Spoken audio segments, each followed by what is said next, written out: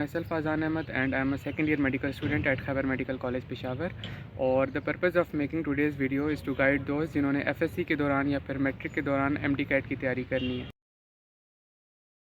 तो सबसे पहला क्वेश्चन ये है कि आप तैयारी कैसे करें। तो जब आप डिफरेंट सीनियर से पूछेंगे जो कि मेडिकल कॉलेज में है तो आपको डिफरेंट आंसर्स आएंगे।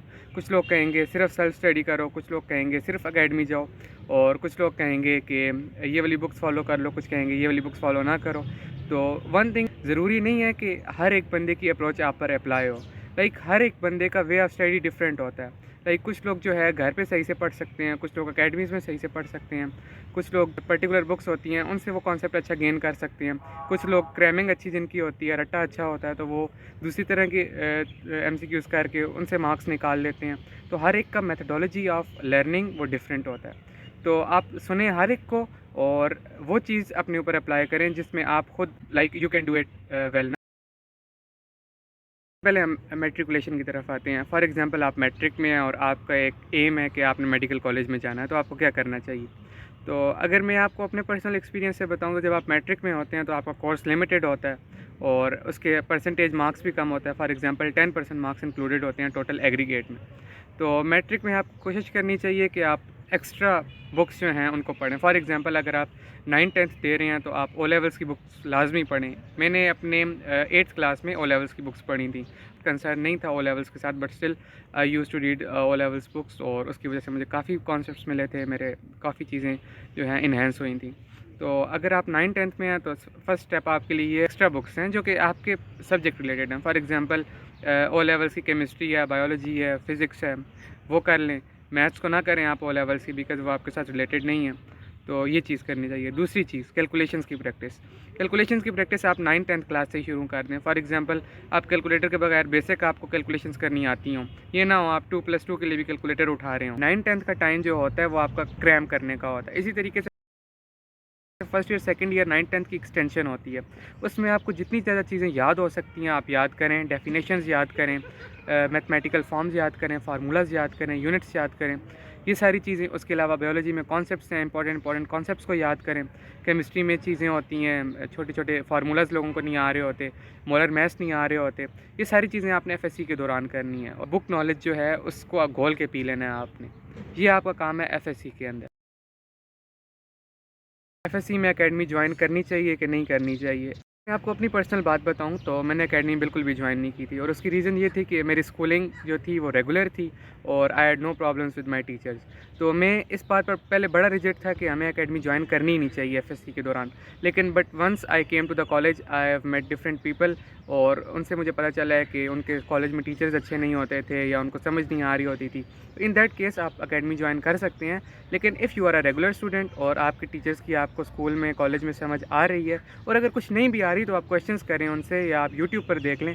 तो FSC में एकेडमी ज्वाइन करने की ज़रूरत नहीं है फॉर योर MD कैट और for your concepts, because FSC के स्कूल के टीचर से या कॉलेज के टीचर से कॉन्सेप्ट ले रहे हैं, एकेडमी में जाके आपके टीचर से दूसरा कॉन्सेप्ट ले रहे हैं, वो चीज़ें यहाँ पर कन्फ्यूज़ करती हैं। तो FSC में आपकी स्ट्रेटजी ये होनी चाहिए कि आप एक ही इंस्टीट्यूशन पर स्टिक रहें, चाहे वो एकेडमी है चाहे वो आपका कॉलेज है, लेकिन आप अच्छे से लेक्चर्स लें, उसको नोट डाउन करें और डेली का काम डेली। फॉर एग्जांपल अगर आपने एक टॉपिक पढ़ा ऑर्गेनिक रिएक्शंस, जिसमें आप एल्डिहाइड और कीटोन्स के रिएक्शंस पढ़ रहे हैं, आपने पढ़ लिया एक टॉपिक, आपको समझ नहीं आई, आप रिएक्शंस की प्रैक्टिस करें फिर भी समझ नहीं आई, आप टीचर से पूछें फिर भी समझ नहीं आई, आप यूट्यूब खोलें, यूट्यूब पे आपको बेतहाशा लेक्चर्स मिल जाएंगे। FSC के टाइम में आप यूट्यूब का फुल यूटिलाइजेशन करें।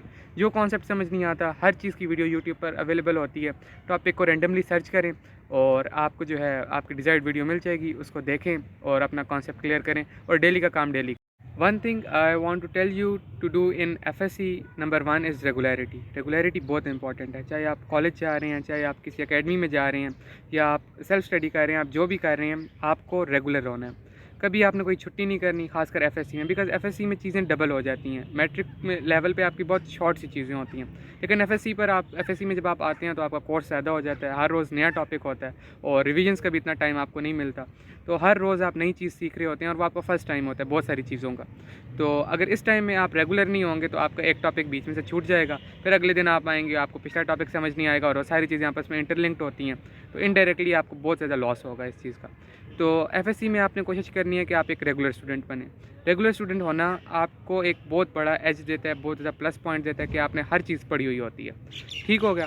दूसरी चीज़, वंस आप कॉलेज जा रहे हैं, रेगुलर जाएं कॉलेज, अपने कॉन्सेप्ट सीखें, उसके अलावा लेक्चर्स को प्रॉपर नोट करें, घर आएँ, एक दफ़ा उन कॉन्सेप्ट्स को पढ़ें।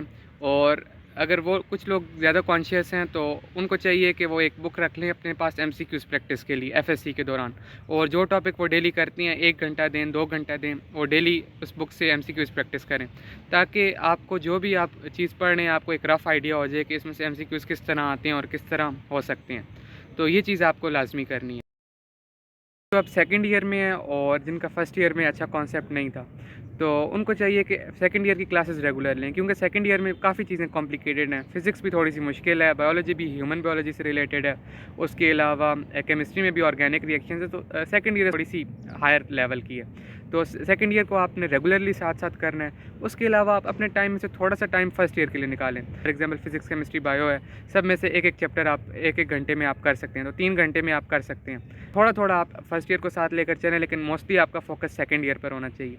And once you are finished with your second year exams, फिर आप सेकंड ईयर फर्स्ट ईयर को इक्वली लेकर चल सकते हैं साथ। तो ये स्ट्रेटजी वो लोग यूज़ करें जिन लोगों की फ़र्स्ट ईयर वीक थी, और जिनके फर्स्ट ईयर स्ट्रॉन्ग थी और जिन्होंने फर्स्ट ईयर से ही डे 1 से ही अपनी प्रॉपर स्टडी की है, तो वो 1 घंटा सिर्फ रख लें एमसीक्यू प्रैक्टिस के लिए।